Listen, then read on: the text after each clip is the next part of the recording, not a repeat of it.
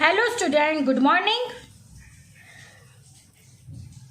Measures of dispersion में हम लोग रेंज के बारे में सीख चुके हैं। रेंज का फॉर्मूला, कोएफिशिएंट ऑफ रेंज और रेंज के रिलेटेड 4.1 भी हम लोग ओवर कर चुके हैं। Right, range is clear. Now moving to the next, measures of dispersion में नेक्स्ट है quartile deviation. So first we have to understand what is the meaning of quartile deviation. Quartile deviation is the value obtained by dividing the difference between the third quartile Q3 and the first quartile Q1 by 2. It is denoted by QD.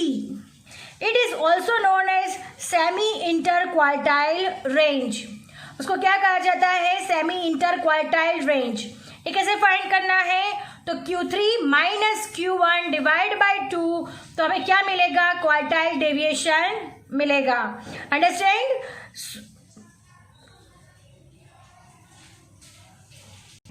Now look at here student, quartile deviation is equal to, quartile deviation is the value obtained by dividing the difference between the third quartile Q3 and the first quartile Q1 by 2. It is denoted by QD.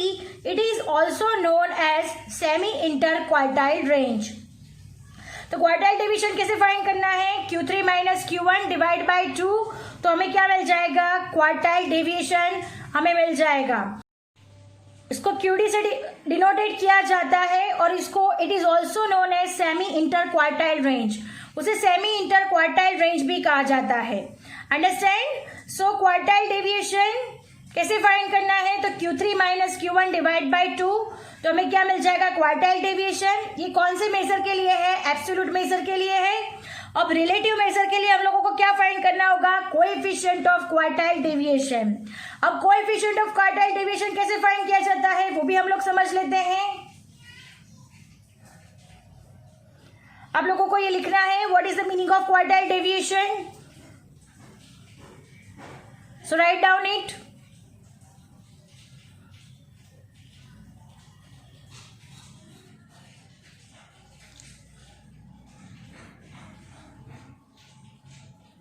Now moving to the next, coefficient of quartile deviation. Now coefficient of quartile deviation, the value obtained by dividing the measure of quartiles deviation by the average of third quartile and first quartile is called coefficient of quartile deviation. Coefficient of quartile deviation का formula है, दोनों का क्या निकालना है? Average निकालनी है. Right, the value obtain by dividing the measures of quartiles. It means Q3 और Q1 की एवरेज निकाल के थर्ड क्वार्टाइल और फर्स्ट क्वार्टाइल इज कॉल्ड, यानी थर्ड क्वार्टाइल और फर्स्ट क्वार्टाइल की एवरेज निकाल के जो हमें मिलेगा उसको क्या कहा जाएगा? कोएफिशिएंट ऑफ क्वार्टाइल डेविएशन कहा जाएगा. So what is our formula? So quartile deviation divide by Q3 plus Q1 divide bye 2. यहाँ पे क्या निकाल रहे हैं हम लोग? एवरेज. और क्वार्टाइल डेविएशन किस वजह से? क्योंकि हम लोग क्वार्टाइल डेविएशन आगे फाइंड कर रहे हैं Q3 minus Q1 divide by 2 से. यानी क्वार्टाइल डेविएशन का फॉर्मूला क्या था?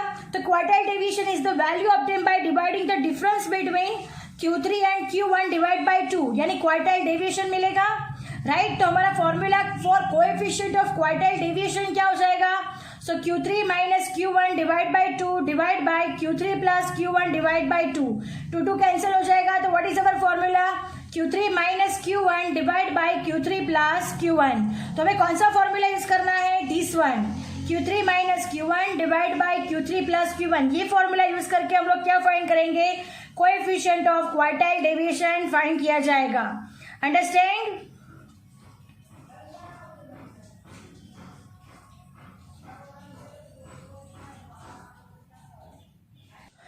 सो स्टूडेंट, हमने क्वार्टाइल डेविएशन का फॉर्मूला और कोएफिशिएंट ऑफ क्वार्टाइल डेविएशन का फॉर्मूला, दोनों का फॉर्मूला सीख चुके हैं. Now moving to the next exercise 4.2 which is based on quartile deviation. So let us start exercise 4.2, sum number 1.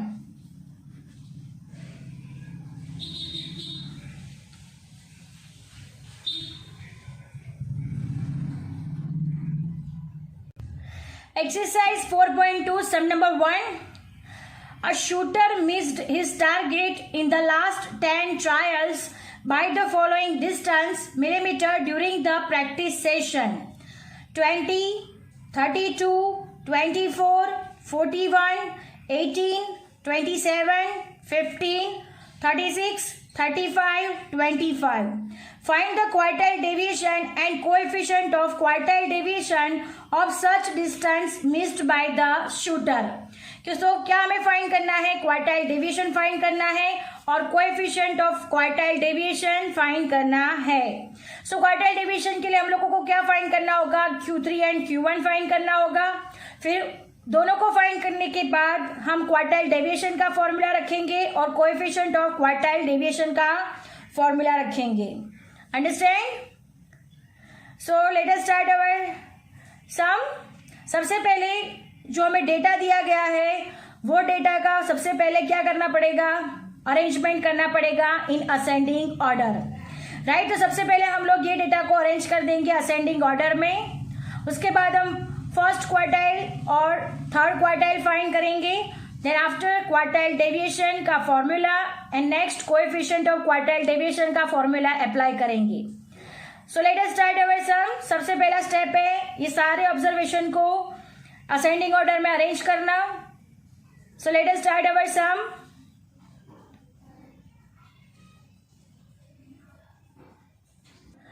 So let us start our sums. First, writing the measures of missed targets in ascending order. यानी जो भी हमें observation दिया है वो सारे observation को हम लोग असेंडिंग ऑर्डर में सबसे पहला स्टेप है अरेंज कर देंगे.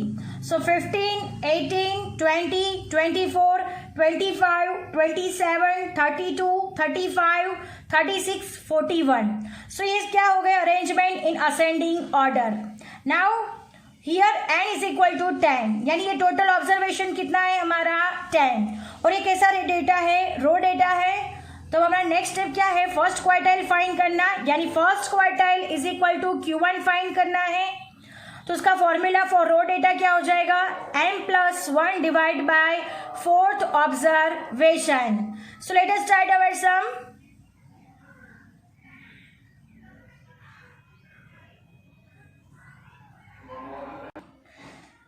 Now first quartile Q1 is equal to n+1 divided by fourth observation. N is equal to 10. 10+1 divided by fourth observation. 10+1 11 divided by fourth observation. So our answer 11 divided by 4 2.75 fifth observation. तो ये हमारा क्या हो गया? 2.7 fifth observation. अब हमें ये 2.7 fifth observation ये हाफ मिल रहा है 2.75. ऐसा कोई भी ऑब्जर्वेशन हमने जो असेंडिंग ऑर्डर में किया है वैसा नहीं है. 2.75 यानी कौन सा ऑब्जर्वेशन लेना है ये क्लियर नहीं है. तो अब हम लोग क्या करेंगे? 2.7 फिफ्थ ऑब्जर्वेशन है उसके दो पार्ट्स कर देंगे. कैसे? तो पॉइंट के आगे वाला एक पार्ट्स और पॉइंट के पीछे वाला एक पार्ट्स, यानी दो पार्ट्स अलग अलग हो जाएंगे. Now look at here student. 2.75 मैंने आगे कहा उस तरह से दोनों के दो पार्ट्स हो जाएंगे. एक पॉइंट्स के आगे वाला और पॉइंट के पीछे वाला. तो पॉइंट के आगे 2 हो जा रहा है और पॉइंट के पीछे 0.75. तो ये डिजिट के हमें क्या करने हैं? 2 पार्ट्स कर देने हैं 2 और 0.75. अब हमारा स्टेप क्या रहेगा? Value of second observation plus 0.75 bracket में third observation minus second observation. Understand? Again 2.75 हमारा आंसर आ रहा है. तो 2.75 को दो पार्ट्स में कर देंगे 2 और 0.75. अगर यहाँ पे सिंपल ऐसे डिजिट आती थर्ड ऑब्जर्वेशन तो हम लोग क्या करते? थर्ड ऑब्जर्वेशन को ऊपर असेंडिंग ऑर्डर में देख लेते और जो आंसर आता वही हमारा क्या हो जाता? आंसर हो जाता. बट यहाँ पे आप लोगों को क्या दिया हुआ है? 2.75. यानी कोई परफेक्टली वैल्यू हमें यहाँ पे नहीं मिल रही है. दैट्स वाई हम लोगों को क्या करना है? यहाँ पे दो पार्ट्स निकालने हैं. फर्स्ट पार्ट पॉइंट के आगे वाला 2 और नेक्स्ट पार्ट है 0.75. Then our formula value of second observation plus 0.75 third observation minus second observation. Second के बाद थर्ड ऑब्जर्वेशन आता है. That's why third observation minus second observation. अब हम जो असेंडिंग ऑर्डर का डेटा किया गया है वहां पे सेकंड ऑब्जर्वेशन देख लेंगे, थर्ड ऑब्जर्वेशन देख लेंगे, फिर उसके डिजिट यहाँ पे रख के हम लोग सॉल्व करेंगे। Look at dear student, second observation यहाँ पे कौन सा है, तो 18 हमारा क्या है, सेकंड ऑब्जर्वेशन है, और 20 हमारा क्या है, थर्ड ऑब्जर्वेशन है। तो राइट, तो ये क्या होगा, सेकंड ऑब्जर्वेशन में 18 लिखेंगे और third observation minus second observation, it means 20 minus 18 किया जाएगा। Now look at dear student, second observation 18 plus 0.75 bracket में third observation 20 minus second observation 18, 20 minus 18 is equal to 2 हो जाएगा।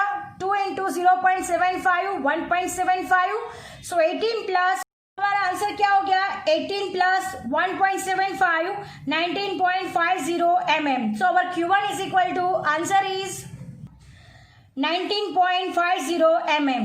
तो आपको पता चल गया होगा Q1 कैसे फाइंड किया है। Now moving to the next, अब हमें क्या फाइंड करना है, क्वार्टाइल डेविएशन के लिए Q3 फाइंड करना होगा। So let us start Q3।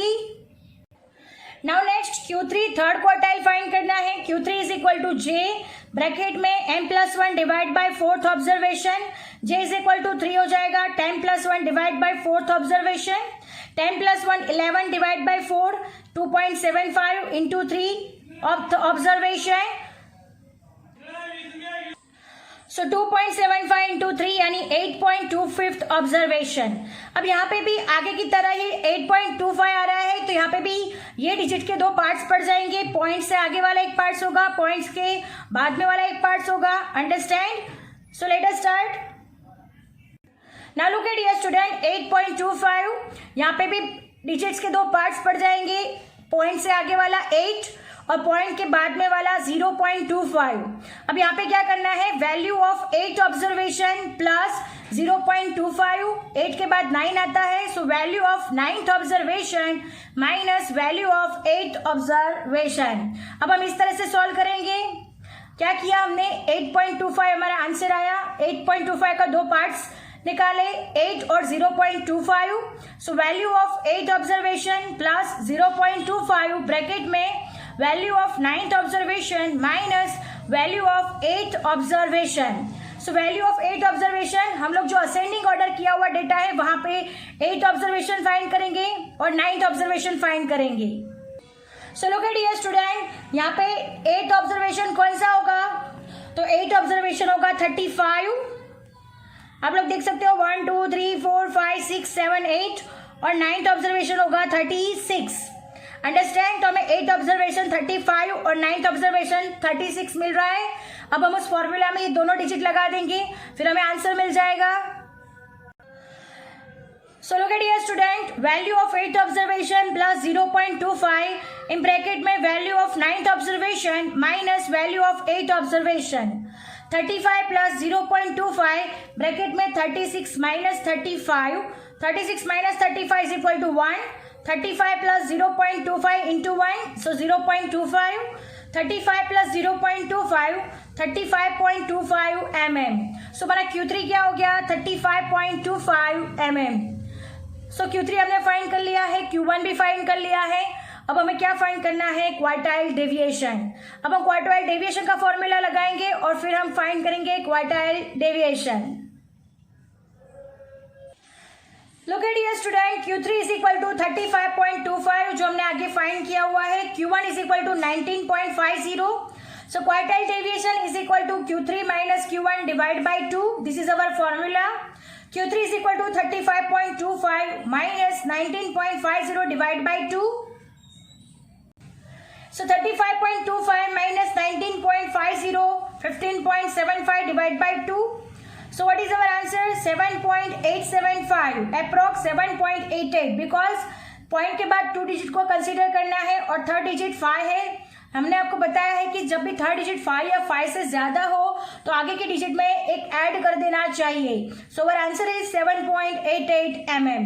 ये हमारा क्या हो गया, क्वार्टाइल डेविएशन। Now what we have to find, coefficient of quartile deviation. So coefficient of quartile deviation is equal to formula है Q3 minus Q1 divide by Q3 plus Q1। Q3 minus Q1 35.25 minus 19.50 divide by 35.25 plus 19.50, इन दोनों का minus हो जाएगा तो 15.75 divide by 54.75. सो इन दोनों को division करेंगे तो आंसर आएगा 0.29. अंडरस्टैंड. तो हमारा कोएफिशिएंट ऑफ क्वार्टाइल डेविएशन क्या हो गया? 0.29. So our sum is over here. I hope you understand it very well. Thank you, students.